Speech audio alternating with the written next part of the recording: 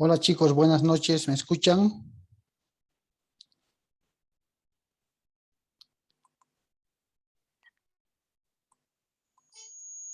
Hola, hola. ¿Alguien puede decirme si me escuchan, jóvenes?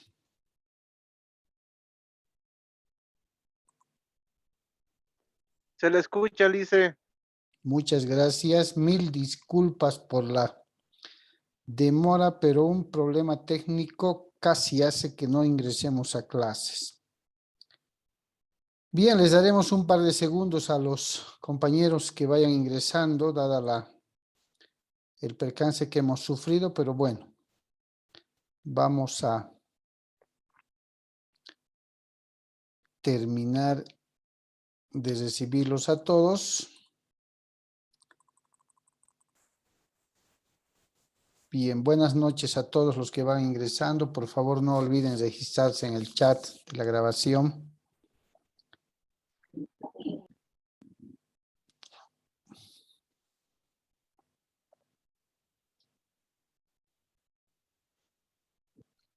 Nombres y apellidos, por favor, chicos.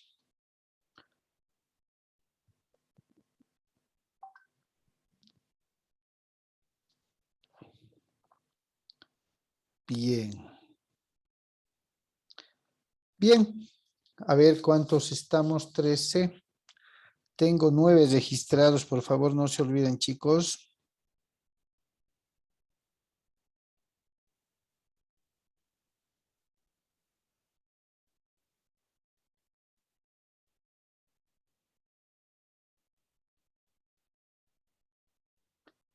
A ver, seguimos recibiéndoles. Bien.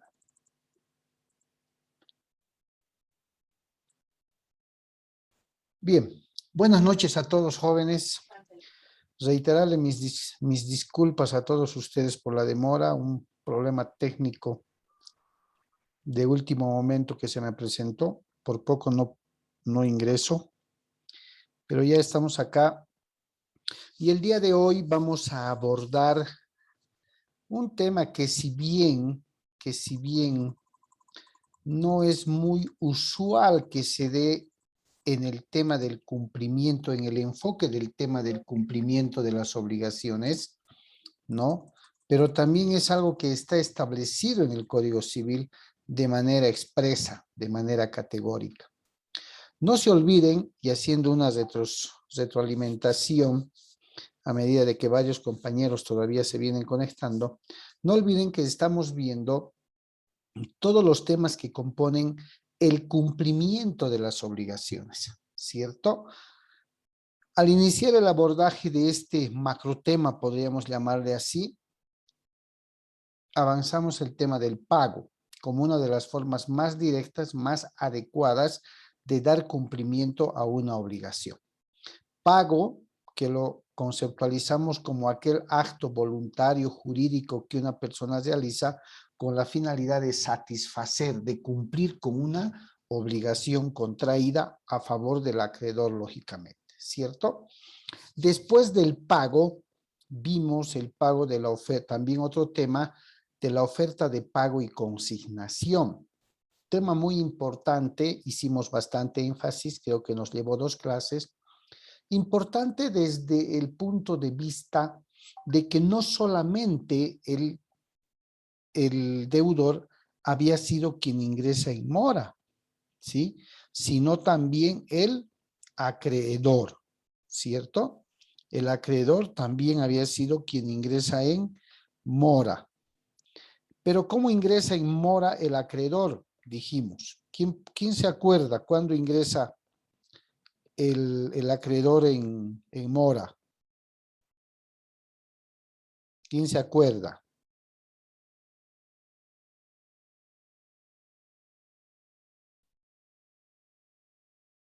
¿Alguien? ¿Cuándo el acreedor Doctor, podría decirse? Adelante. no es cuando está ausente el acreedor y lo está buscando el deudor para cumplir con la obligación. Ya, muy bien. Cuando se ausenta, ¿qué más? ¿Esta ausencia es voluntaria, involuntaria? ¿Qué dicen los demás? Doctor, ¿se podría decir que es cuando el acreedor no deja que el deudor complete su deuda? O sea, pone excusas y no deja que se cumpla, no deja que se termine la obligación. Muy bien, ¿sí? El acreedor, no olviden nunca, chicos, el acreedor también ingresa en mora.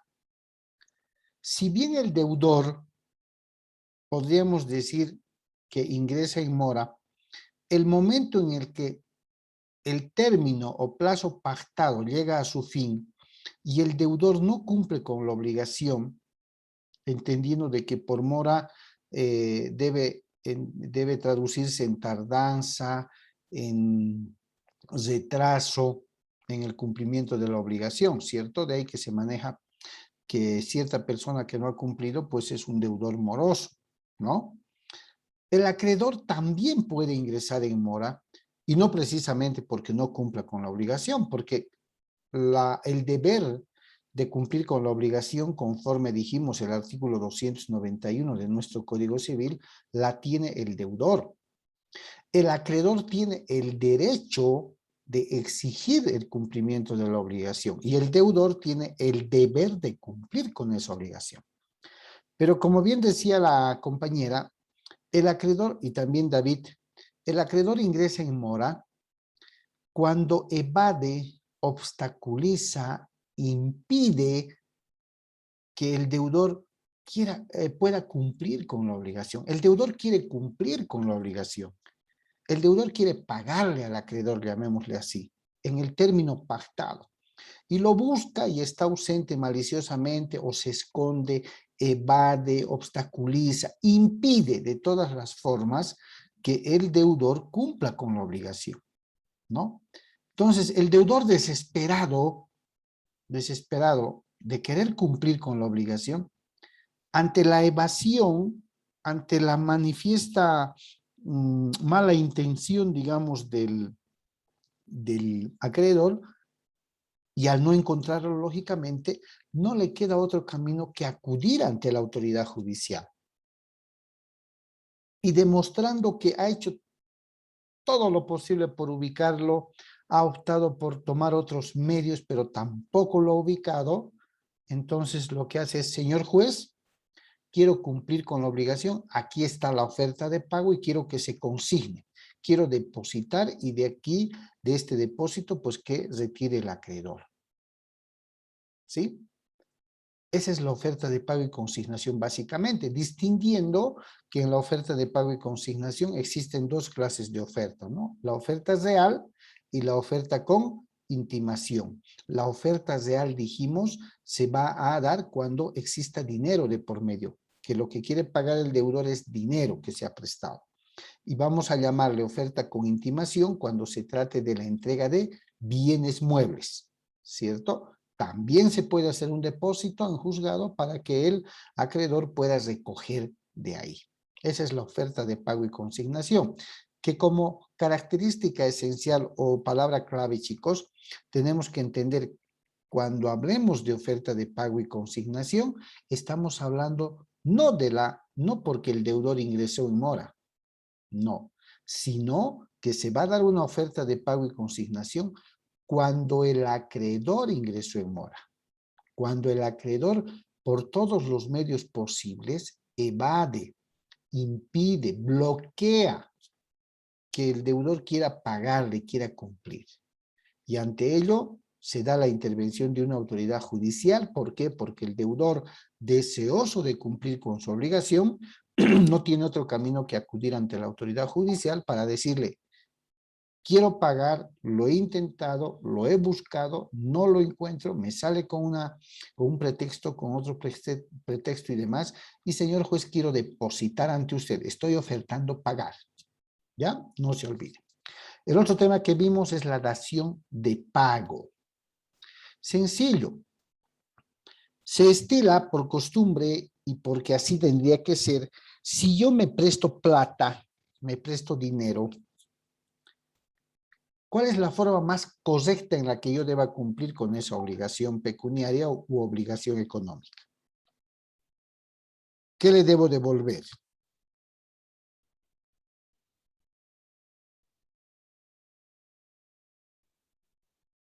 ¿Quién me dice? ¿Qué le debo devolver? Dinero, ¿Dinero? doctor. ¿Perdón? Dinero, doctor. Dinero. Eso es lo más usual. Me presté dinero y le tengo que devolver dinero. Pero resulta que en la dación de pago, como una forma de cumplimiento de las obligaciones, quiero pagar. Como deudor quiero pagar, quiero cumplir con la obligación. Pero no tengo el efectivo, no tengo la liquidez, pero quiero pagar. Y resulta que tengo otro bien distinto al dinero, lógicamente, que tengo otro bien, mueble o inmueble, que tiene igual o similar valor que mi deuda. Entonces, converso con el acreedor y le digo, sé que te debo, Joaquín, $50,000 y no tengo el efectivo. Pero tengo este carro, tengo este lote, tengo este equipo, esta maquinaria, qué sé yo, que tiene igual valor. Si quieres, haz un avalúo. Y quiero pagarte con eso. Si el acreedor acepta, esa obligación se va a dar por cumplida, por tanto, esa obligación se va a extinguir. Entonces, la dación de pago significa cumplir con la obligación, pero con otra prestación distinta a la que se había debido, con otra prestación distinta a la que el acreedor me había otorgado. ¿Se dan cuenta? Esa es la dación de pago, básicamente. Posteriormente vimos el pago con subrogación. Ahora bien, eso vimos la anterior clase, la anterior semana. ¿Quién podría decirme qué es el pago con subrogación?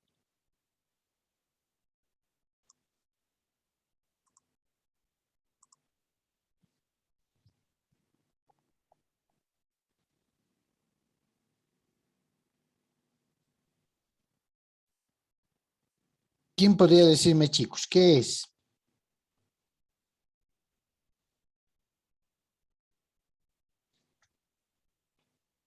¿Qué es el pago con subrogación? ¿Qué dijimos que era subrogar?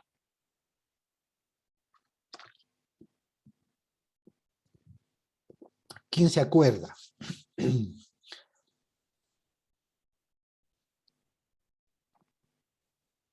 ¿Sustituir podría ser? ¿O no? Sí, doctor. Sí, sí. El pago con sustitución, ya sea del acreedor o ya sea del deudor. Si va a ser del acreedor, pago con subrogación del acreedor. Si va a ser del deudor, pago con subrogación del deudor. O se va a sustituir al acreedor o se va a sustituir al deudor. ¿Y este sustituto quién es? ¿Quién podrá ser? Este señor que aparece, que por un lado cumple con la obligación del deudor y por otro lado le presta al deudor. ¿Cómo le llamamos a ese señor? Famoso. ¿No es acaso el famoso tercero? El tercero que puede aparecer y cumplir con alguna deuda, incluso sin conocimiento o sin consentimiento del deudor. Eso no es. Sí, doctor. Exactamente. ¿Cierto? Pero cualquiera sea la figura jurídica, el instituto jurídico, a excepción del pago, que es la forma más recomendable de cumplir con las obligaciones, nos encontramos frente a cumplir con la obligación. Por eso los temas que acabamos de recordar tienen y están inmersos dentro del tema de cumplimiento de las obligaciones. El día de hoy vamos a ver el tema de la cesión de bienes, pago por cesión de bienes. Muy similar al tema de la dación de pago, ¿ya? Muy similar. Vamos a entender entonces que el pago por cesión de bienes también es una institución jurídica por la cual o por medio del cual, fíjense, un deudor insolvente, ¿ya? un deudor insolvente. De buena fe, entrega a una pluralidad de acreedores la totalidad de sus bienes. No lo están procesando, ¿ya? No lo están ejecutando por el incumplimiento. No. Lo que va a ocurrir en el pago por cesión de bienes es que al verse insolvente un deudor, de forma responsable y de buena fe, les va a entregar a un acreedor o a una pluralidad de acreedores la totalidad de sus bienes. Cuando hablo de totalidad y efectos de que no se confundan, chicos, no estoy hablando que exclusiva y extremadamente el deudor va a entregar todos sus bienes. No. Estoy hablando que el pago por cesión de bienes es un instituto jurídico, ¿ya? Del que se vale un deudor insolvente, es decir, un deudor que no tiene la solvencia económica necesaria, pero de buena fe les va a entregar al acreedor o a los acreedores un universo de sus bienes, un grupo de bienes, si vale el término, para que con el producto de esos bienes, ¿sí?, sus respectivos créditos de cada acreedor queden efectivamente pagados. Por favor, cualquier duda me van a preguntar. Entonces, para que proceda el pago por cesión de bienes, hay que cumplir con ciertos requisitos. En nuestra coyuntura social y jurídica, ¿no?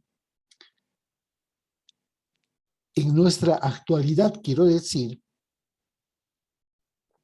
para que proceda el pago por cesión de bienes, se deben cumplir las siguientes formalidades o requisitos.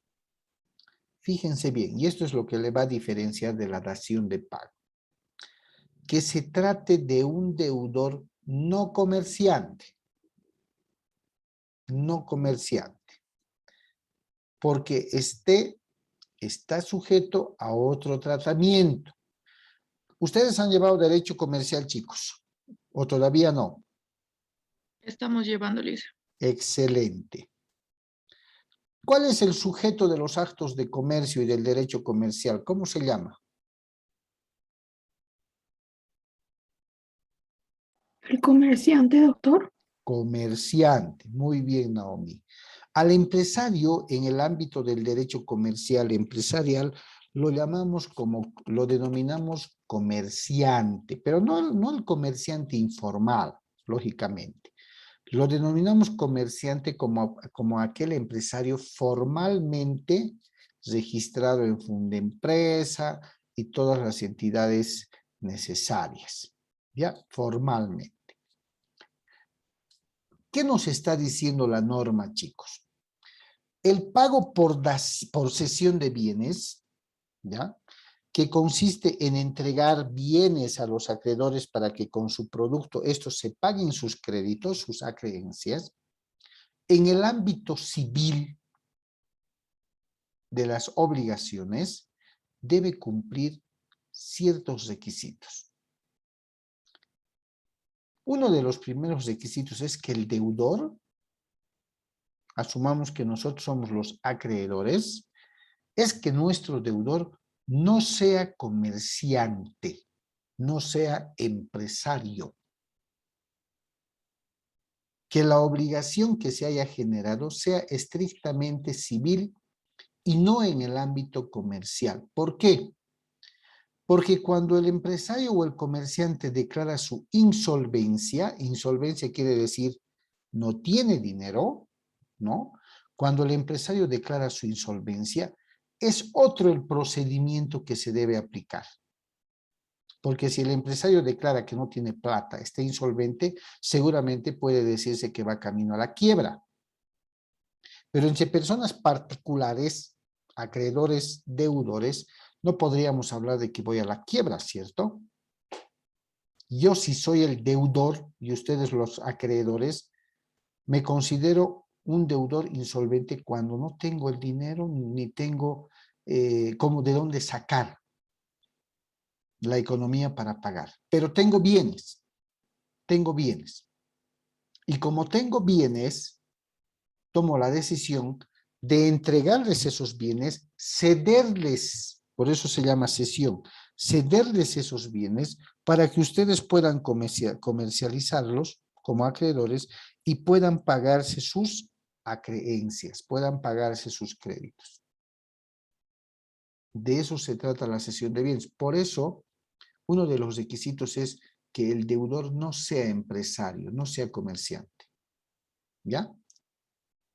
Adelante, Naomi, levantó la mano. Lice, no sé si me estoy equivocando, pero nos está diciendo que no puede ser comerciante, ya que si el comerciante va a adquirir esto, puede recuperarse, ¿no ve? Puede tener dinero. Mientras sea un comerciante puede recuperar. Pero esa persona sí o sí, para hacer este préstamo, solvencia, creo, ¿Sí? eh, tiene que ser pobre sí o sí. No puede ser comerciante, empresario, lo que usted dijo, ¿no? Sí, no pobre, sino que, a ver, les explico para que me entiendan mejor. Gracias, Naomi, tienes razón. A ver, vamos a entender el término comerciante como empresario, ¿ya? Vamos a entenderlo así. ¿Por qué no podemos considerar un pago por cesión de bienes con un empresario, con un comerciante? El empresario puede ser de dos clases, y estoy seguro que ustedes ya han llegado a ese tema. Hablando de la empresa mercantil, ¿han visto el tema de la empresa mercantil, chicos? Todavía, doctor. Todavía no. ¿Han visto tipos de sociedades?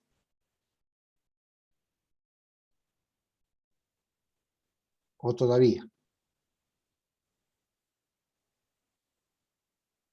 No, doctor. Ya.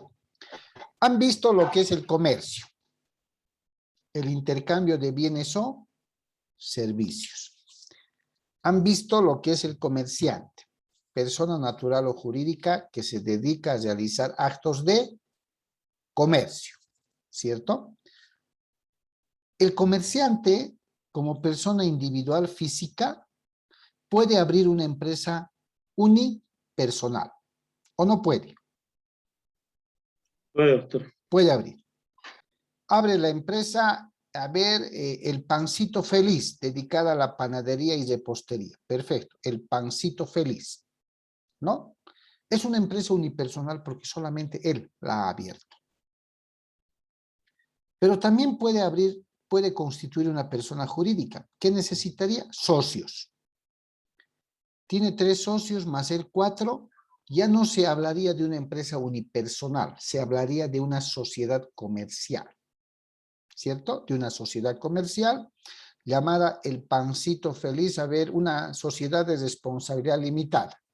El Pancito Feliz SRL, Sociedad de Responsabilidad Limitada. Ya no es una unipersonal, es una sociedad. Y por sociedad comercial entendemos a la reunión u organización de 2 o más socios que se comprometen a aportar un capital para soportar las pérdidas y distribuirse las utilidades en la misma proporción en la que aportan un capital.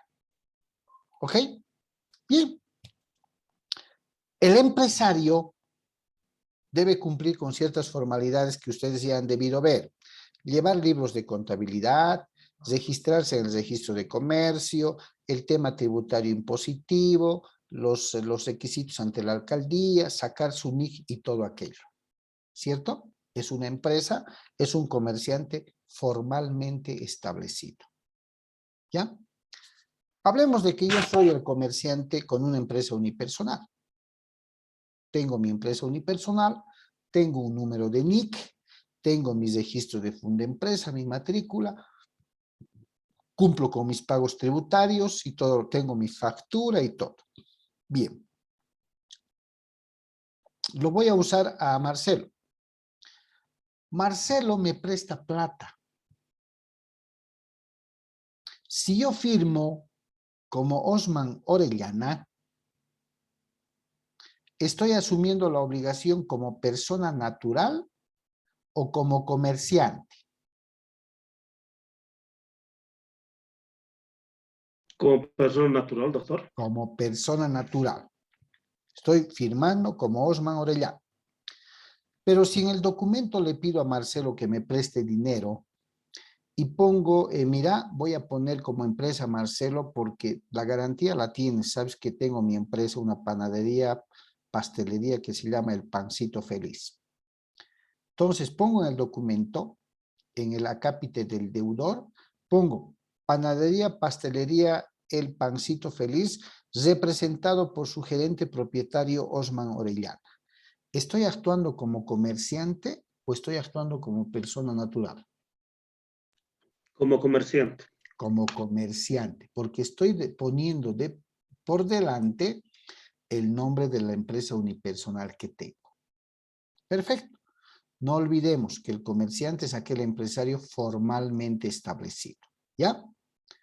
Si yo me he prestado plata de Marcelo como comerciante, como empresario, y caigo en insolvencia, chicos, es decir, me ha ido mal, no tengo liquidez económica, mis ventas han caído, debo sueldos a mi personal, debo insumos a mis acreedores, a mis proveedores más bien, debo de la propaganda a la radio, a la televisión, ¿cierto? Estoy insolvente, no tengo plata. Voy a incumplir la deuda con Marcelo. Marcelo va a iniciar el proceso de ejecución contra la panadería, pastelería, El Pancito Feliz o contra Osman Orellana.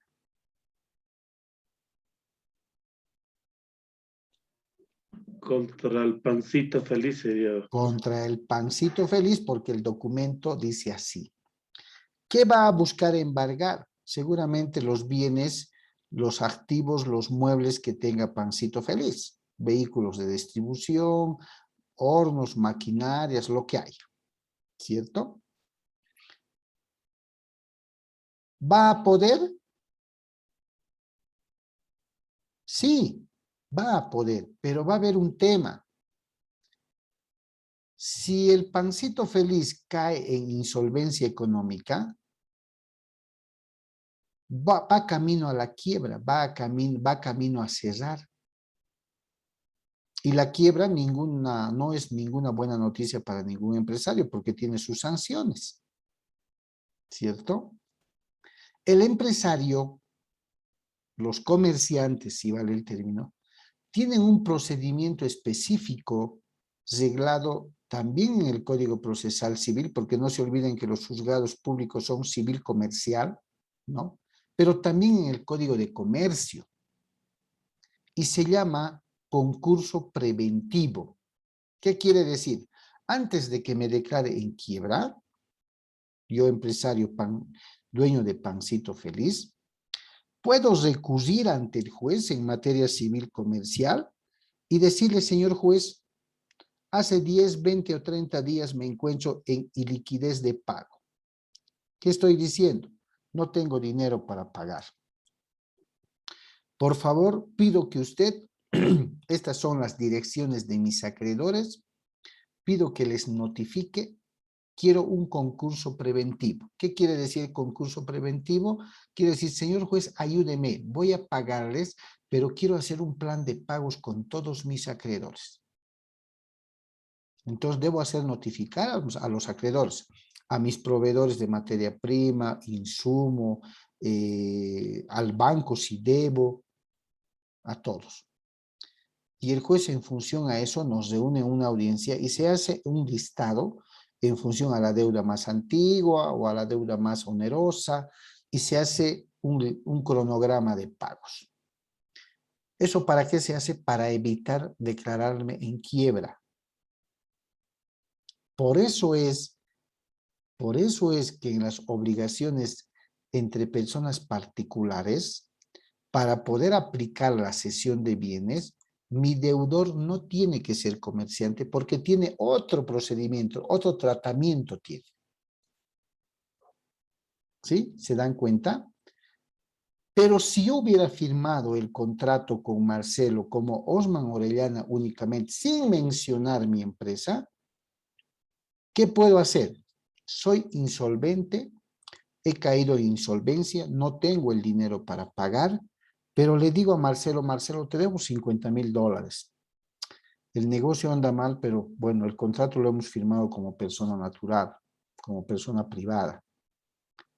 Mira, tengo 4 vehículos que te los quiero entregar, te los voy a ceder, venderlos, alquilarlos, no sé, te los voy a ceder y con el fruto, ¿no? Con el fruto de los productos, de los bienes que te estoy dando, que se dé por pagada la obligación que tengo contigo. En eso consiste la cesión de bienes. Pero fíjense que el primer requisito es que el deudor no sea comerciante, porque tiene un tratamiento especial, un procedimiento especial reglado en la norma legal. ¿Está claro, chicos? Sí, listo. ¿Ya? Muy bien, pero gracias por tu pregunta, Naomi. Ha servido para poder aclarar. Eso lo van a ver ustedes en Derecho Comercial. Me imagino que ya están han de ver el comerciante. Agentes auxiliares del comercio han visto ya. El rematador, el factor, el comisionista, o todavía no. Todavía no, Lice. La empresa mercantil, tipos de sociedades. Van a conocer ahí cuáles son las sociedades comerciales. Y van a conocer ahí cuáles son las obligaciones del comerciante, cuáles son los derechos que tiene el comerciante. Van a ver por qué debe registrarse un comerciante, un empresario a Fundempresa, que es la concesionaria del registro de comercio en Bolivia. ¿Qué documentos debe registrar? ¿Qué documentos debe llevar? Y todo aquello. ¿Por qué existen esas matrículas de comercio? ¿Cuáles son los procedimientos que se les aplica a los comerciantes, mejor llamados empresarios? Por eso es que el Código Civil, fíjense, ¿no? Qué sabia es la norma. ¿Qué es el derecho civil? Básicamente, conjunto de normas jurídicas que regulan las relaciones entre personas particulares entre sí y de estas con el Estado cuando el Estado opera como sujeto de derecho privado. Por eso es que en estas relaciones estrictamente de carácter civil, en estas obligaciones, chicos, uno de los requisitos en la cesión de bienes es que el deudor insolvente no sea comerciante. Y no sea comerciante no por capricho de la norma, sino que el comerciante, el empresario, tiene otro escenario cuando queda insolvente, cuando queda con iliquidez económica. Por eso es, ¿ya? 2, que se trate de un deudor insolvente, que no tenga la posibilidad de pagar en especie sus prestaciones debidas, es decir, en la misma que las recibió. No tiene forma de conseguir el dinero. Se han agotado todas sus posibilidades. El banco no le quiere prestar, personas particulares no le quieren fiar, nada. Insolvente quiere decir incapacitado para pagar deudas, económicamente. Claro está, económicamente, ¿no?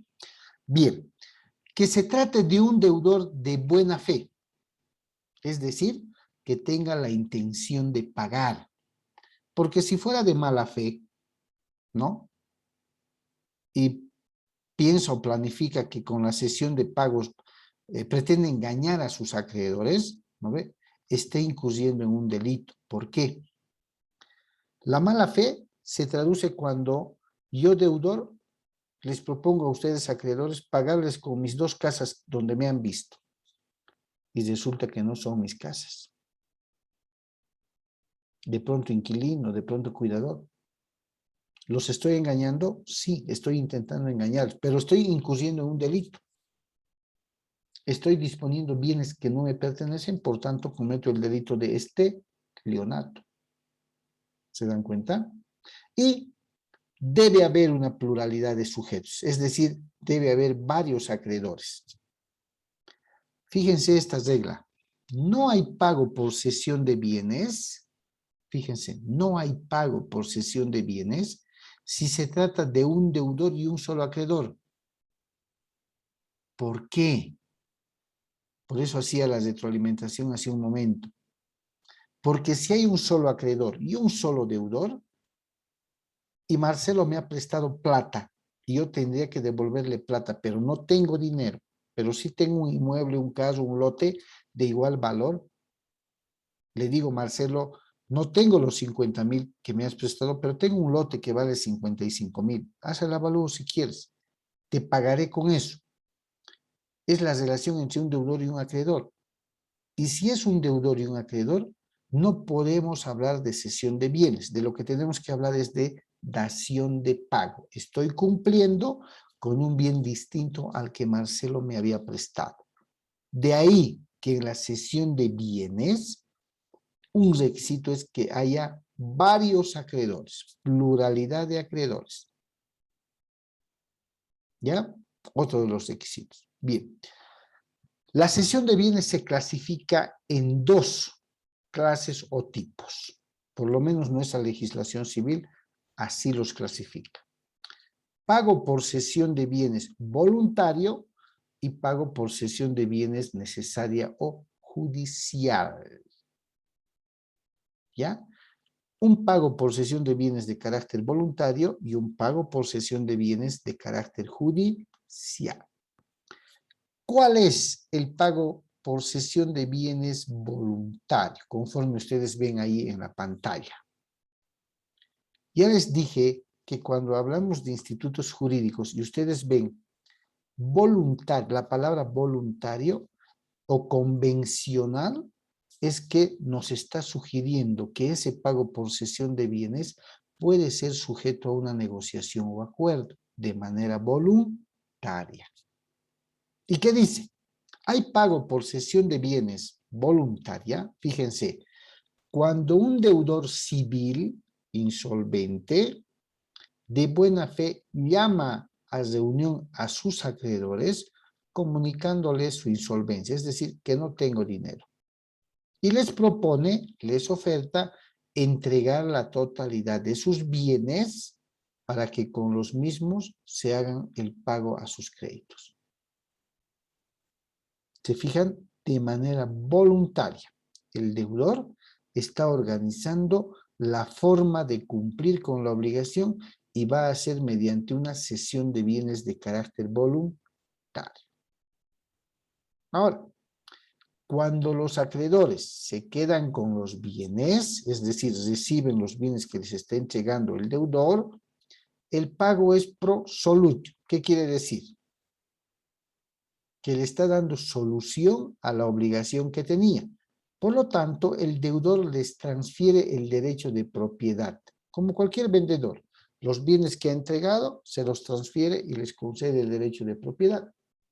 Además que el mismo deudor debe garantizarles la evicción y el saneamiento de ley. ¿Qué quiere decir? La pacífica posesión del bien, que nadie lo moleste.